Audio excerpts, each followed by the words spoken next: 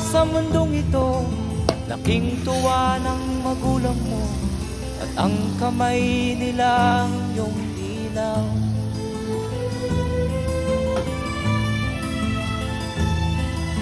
At ang nanay at tatay mo'y di malaman ang gagawin, namasdan pati pagtulog mo.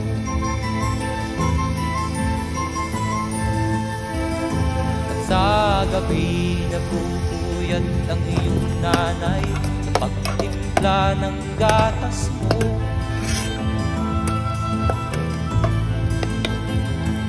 Sa umaga na may talong ka ng iyong amang tuwang-tuwa sa'yo.